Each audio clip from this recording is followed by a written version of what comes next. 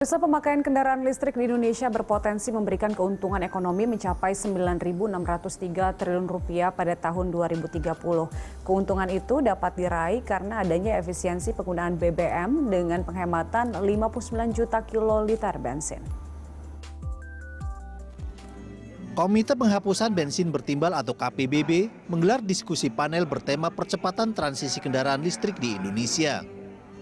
Diskusi digelar dengan harapan akan meningkatnya kenaikan penggunaan kendaraan listrik untuk mengurangi dampak negatif dari bahan bakar konvensional. Kepala Komite Penghapusan Bensin Bertimbal Ahmad Safruddin mengatakan, pemakaian kendaraan listrik di Indonesia berpotensi memberikan keuntungan ekonomi mencapai 9.603 triliun rupiah pada tahun 2030. Keuntungan tersebut dapat diraih karena adanya efisiensi penggunaan BBM dengan penghematan 59 juta kiloliter bensin. Selain itu, implementasi penggunaan kendaraan listrik juga dapat menurunkan 59% emisi karbon pada tahun 2030.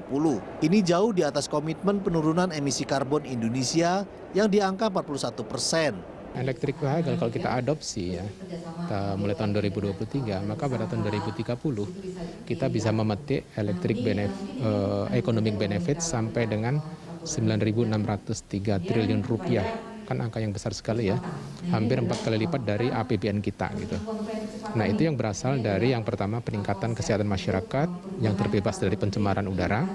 Yang kedua peningkatan produktivitas masyarakat karena lebih sehat tanpa ada pencemaran udara. Dan yang ketiga, yang penting dan yang terbanyak itu adalah efisiensi BBM. Efisiensi BBM itu bisa mencapai 5.500 triliun rupiah, gitu. Lebih dari 50% ekonomi benefit diambil dari karena efisiensi BBM tadi. Gitu. Direktur Konservasi Energi, Ditjen Energi Baru Terbarukan dan Konservasi Energi, Kementerian ESDM, Luh Nyoman Puspa mengatakan, saat ini pemerintah sedang berupaya untuk mengalihkan subsidi BBM ke subsidi pembeli motor konversi. Pemerintah juga sedang mempertimbangkan penggunaan sistem pajak karbon pada penggunaan kendaraan beremisi tinggi. Hal ini untuk meningkatkan pemakaian kendaraan listrik di tengah masyarakat. Nah, salah satunya adalah percepatan electric vehicle.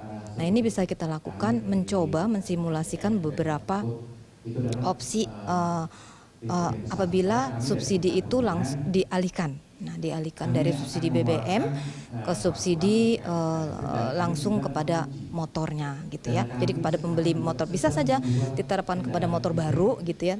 Namun bisa juga kepada motor konversi. Itu salah satu tujuannya. Menteri EN sebagai katalisator ya untuk program motor konversi. Komite Penghapusan Bensin Bertimbal meyakini salah satu cara yang paling efektif untuk menurunkan tingkat emisi di udara adalah dengan meningkatkan pemakaian kendaraan listrik di Indonesia. Untuk mencapai hal tersebut, KPBB mengajukan pemberian insentif dan disinsentif fiskal dengan parameter standar karbon agar minat masyarakat untuk menggunakan kendaraan listrik dapat meningkat signifikan. Cinta Zanidia, Jeff Henderson, Berita 1, Jakarta.